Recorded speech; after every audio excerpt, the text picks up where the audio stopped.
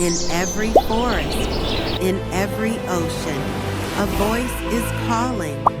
This is Voices for the Wild. Every creature has a voice. They ruled the ocean before there were trees on land, perfect hunters, ancient survivors.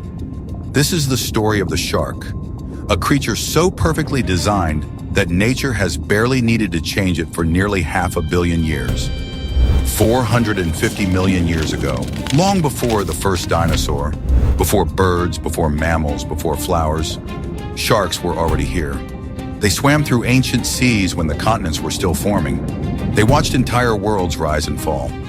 They survived 5 mass extinctions, including the one that erased the dinosaurs. The Earth hit reset again and again. Sharks remained. How? To understand that, we have to look at what a shark truly is. A shark is not just a fish. A shark is an engineering problem that evolution solved. First, the body. Sharks are built from cartilage, not bone. Cartilage is lighter and more flexible. It bends. It absorbs impact. It lets the shark twist faster than something with a heavy skeleton. That means less energy wasted and more speed when it matters. The skin is not smooth. It looks smooth, but it's covered in tiny tooth-like structures called dermal denticles. They act like armor and like a race car surface at the same time. They slice water, reduce drag, and let a shark glide with almost no sound. That silence is not an accident. Silence is a weapon. Now the teeth. Sharks are famous for their teeth, but most people don't realize how extreme the system is. A shark's mouth is a conveyor belt. Teeth grow in rows, over and over and over. One breaks, one falls out in a fight, another tooth is already waiting, already grown, already sharp. Some sharks can go through tens of thousands of teeth in a lifetime. A broken tooth for you is a problem. A broken tooth for a shark is just maintenance. Everything about the shark is tuned for feeding and survival. But shark does not mean just one animal. Shark is a nation with many tribes. The great white shark, the animal people think of first, is a burst predator. It waits in deep, dark water and then explodes upward with terrifying force. One strike, maximum damage, end the hunt fast. The hammerhead shark looks strange, but that strange head is not a mistake. Spreading the eyes wide gives it a wider field of vision, and the shape of the head amplifies electrical sensing, letting it sweep the ocean floor for hidden stingrays. The makos shark is built for speed. It is the fastest shark and one of the fastest fish in the world. Imagine a missile with a heartbeat. The whale shark is something else entirely. The whale shark is the largest fish on Earth, but it is gentle. It filters plankton and tiny creatures from the water. It can grow larger than a bus and still move slowly, peacefully, like a planet drifting through blue space. Different bodies, different weapons, different strategies, but all still shark. What makes sharks so deadly is not just muscle or teeth, it's information. Sharks are data machines. We see with eyes, we hear with ears. Sharks do that too, but they do more. Along the sides of the shark's body is something called the lateral line. It's a sense organ that reads movement and pressure in the water. With it, a shark can feel another animal swimming nearby without ever seeing it. Around the nose and mouth are tiny pores called the ampullae of Lorenzini. Those pores detect electricity, not big, dramatic lightning-level electricity. We're talking heartbeats, nerve signals, muscle tension. A struggling fish gives off an electrical signature, and a shark can read it like a flare, even in total darkness. Imagine closing your eyes in the ocean and still knowing exactly where a wounded animal is, exactly how fast it's moving, and exactly how weak it is. That's a shark's reality. To us, the ocean is chaos. To a shark, the ocean is a map. Now let's talk about the part most documentaries skip: shark family. Most sharks do not lay big clouds of eggs and then disappear. Many sharks carry their young inside their bodies. Some shark pregnancies can last more than a year. For a few species, it can reach close to 2 years, one of the longest gestation periods of any animal in the ocean. Think about what that means. A shark pup is not born helpless, it's born ready. It comes into the world already able to swim, already able to hunt. Day one is survival mode. But survival is brutal. Most shark nurseries are in shallow water. Warmer, safer, fewer big predators. The mother will carry the pups, then give birth in these nurseries and leave. After that, the pups are alone. Only a small fraction will grow to adulthood. Many will be eaten by bigger fish. Some will be eaten by bigger sharks. Yes, sharks eat other sharks. The ocean does not care about fairness. The ocean only cares about balance. And balance is where sharks matter more than most people understand. When most people think of sharks, they think dangerous to humans. They think of one word, attack. Let's fix that. Here's the truth. Humans kill more than 100 million sharks every year. Sometimes it's for meat. Sometimes it's to take the fin, sell the fin, and throw the body back into the water to drown. Sometimes it's as bycatch, an animal trapped in nets that weren't even set for sharks in the first place.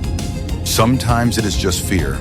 Sharks in return kill fewer than 10 people per year worldwide. Take that in. We kill them by the tens of millions. They kill us in single digits. Who is the real monster in that story? And here's the part a lot of people don't realize. When sharks disappear, everything else begins to fall apart. Sharks are apex predators. They keep certain fish populations under control. They stop one type of fish from eating everything in sight. If that middle fish explodes in number because sharks are gone, coral reefs suffer, seagrass beds suffer, turtles suffer. Even commercial fisheries, the fish people rely on for food and for work, begin to collapse. Remove the shark and the ocean becomes unstable. You don't always notice it in a day, but you feel it in a decade.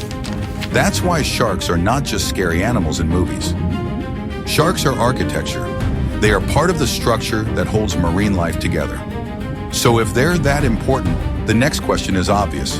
Can we save them? The answer is complicated, but it isn't hopeless. In the last years, more countries have started to ban shark finning. More marine sanctuaries have been created. Protected zones where commercial fishing is limited or banned so sharks can feed, breed, and migrate. Scientists are tagging sharks with trackers to study their routes, learning where they go to give birth, where they hunt, where they rest, and which areas are most dangerous for them. This information is power. If you know a coastline is a nursery for young sharks, you can protect that coastline. You can give the next generation a chance to reach adulthood. And something else has quietly changed. People are starting to meet sharks in the water, not just in headlines. Divers swim next to tiger sharks, bull sharks, great hammerheads, even great whites.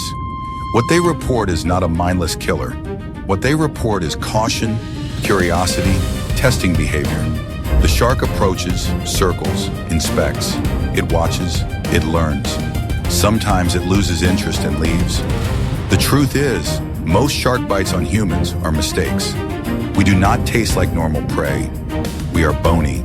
We are awkward. We are not worth the effort. Most bites are test bites and then release. It is still traumatic.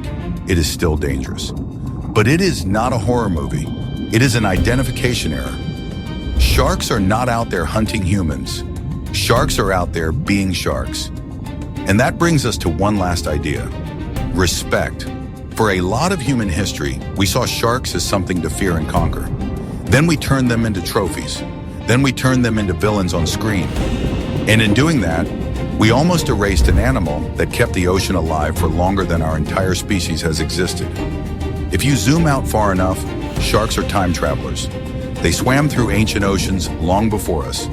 They will probably swim in the sea long after we are gone, if we allow them to. When you watch a shark move, you're not just watching an animal. You're watching a design that defeated extinction events, asteroid winters, global climate shifts, changing seas and human pressure. You're watching something that works. A shark is not a mistake of nature. A shark is proof that nature can build perfection. So here's the question I want you to sit with. What does it say about us? That the most dangerous thing a shark will ever meet is us. Because in the end, this is not just a story about sharks. It's a story about guardianship. If sharks fall, coral reefs fall. If coral reefs fall, coastlines fall. If coastlines fall, fisheries fall. And if fisheries fall, people fall. This is not their world versus our world. It is one system. Protect the predator, and the whole system breathes. Let the predator vanish, and the system begins to suffocate.